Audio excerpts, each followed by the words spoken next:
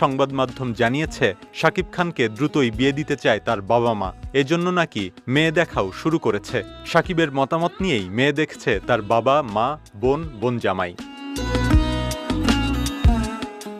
অপু বিশ্বাস ও শবনম বুবলী দুজনেই চিত্রনায়ক শাকিব খানের কাছে এখন অতীত, যদিও দুজনেই দাবি করেন তারা শাকিব খানের বৈধ স্ত্রী। দুজনই টেলিভিশন, অনলাইন, প্রিন্ট সহ নানা জায়গায় শাকিব খানকে জড়িয়ে আলোচনায় থাকেন। বাচ্চাদের সামনে রেখে দুজনেই শাকিব প্রসঙ্গ এনে নানা কথা বলেন।